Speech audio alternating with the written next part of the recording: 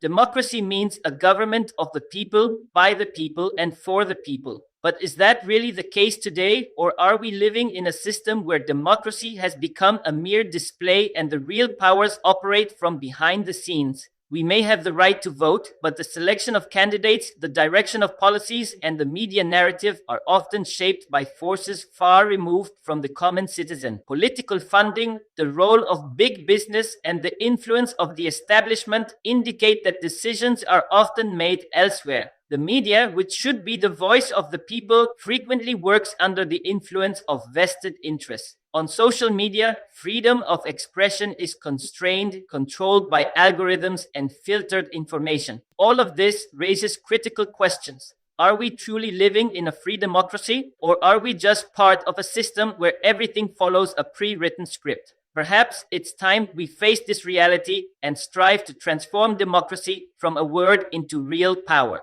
The foundation of democracy lies in the vote. It empowers the common citizen to choose their representative and indirectly participate in national decision making. But does our vote truly bring change, or has it become just a formal procedure with predetermined outcomes? In today's political landscape, we see the same faces, the same parties, and the same policies reappear with every election. People vote with new hopes only to find themselves facing the same old disappointments. Election campaigns have become extremely expensive, often requiring billions in funding, a game only those backed by powerful interests can play. The voting process continues, but the structure of the electoral system has become so compromised that the voice of the average voter is lost in the noise. It feels as if we vote, but the real decisions are being made elsewhere. Is this democracy or just a well-packaged illusion? That is the question confronting every conscious citizen today. Media is called the fourth pillar of democracy because it informs the public, questions those in power, and amplifies people's voices. Today, we see major media houses tailoring their news in favor of political parties, corporate interests, or state institutions. Real issues like inflation, unemployment, education, and healthcare are pushed to the background, while attention is focused on sensational stories and political drama. Journalists who question the system or try to report the truth often face pressure, legal threats, or online character assassination. Some voices are even permanently silenced in such an environment. Media no longer acts as the people's eyes and ears. It becomes an instrument for steering public opinion in a chosen direction. The question remains, are we really living in a time of free media, or are we merely participating in a carefully crafted performance? The beauty of democracy lies in the idea that the law applies equally to everyone, whether a common citizen or a prime minister. But does this ideal match our reality? Is the law truly equal for all, or is justice reserved only for the powerful while others are left with mere hope?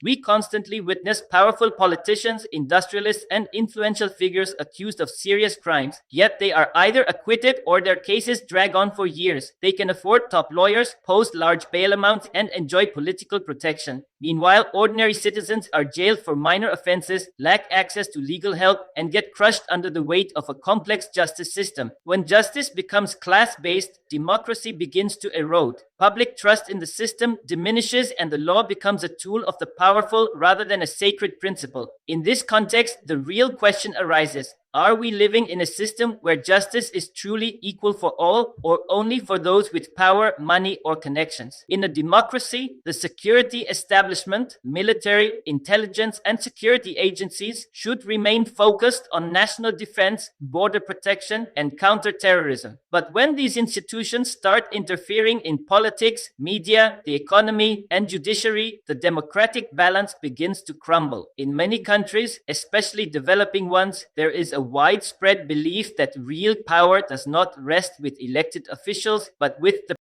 security establishment. Decisions about who comes to power, who becomes prime minister, or who gets removed are not made through public votes. They are made behind closed doors.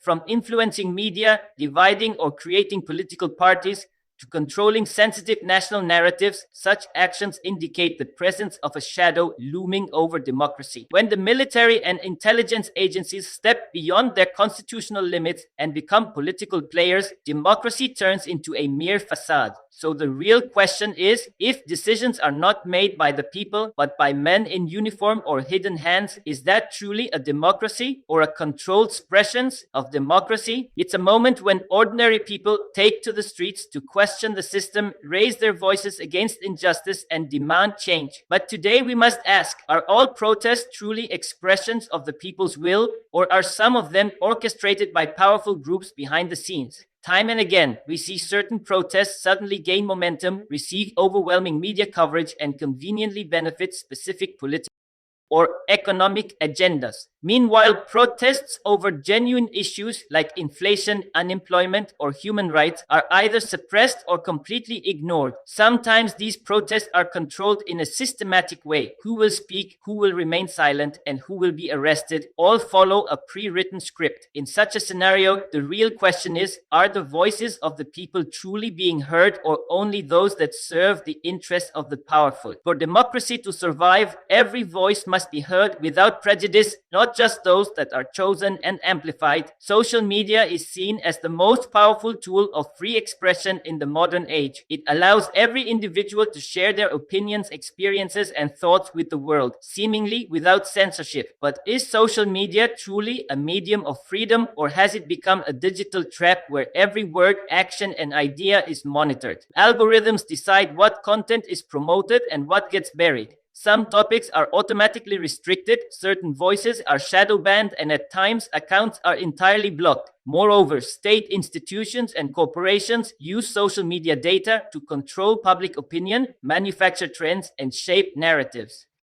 While social media appears to offer freedom, in reality, it's a space where every move is monitored and every voice filtered. So the question is, are we truly free to speak, or only allowed the amount of freedom the system permits? Is it a medium of liberation or a sophisticated form of digital imprisonment? Decisions are made in the public interest and every citizen enjoys equal right. But if voting becomes ritualistic, media is controlled, justice is reserved for the elite, and the security establishment makes the real decisions, then what we have is not democracy, but a staged performance hiding a deeply controlled system. People take to the streets, but their voices are suppressed. They speak out on social media, but are filtered. They participate in elections, but the outcomes seem pre-arranged. In such a climate, the real purpose of democracy, empowering the people, fades away, and the system becomes a theatrical show with changing actors, but the same directors.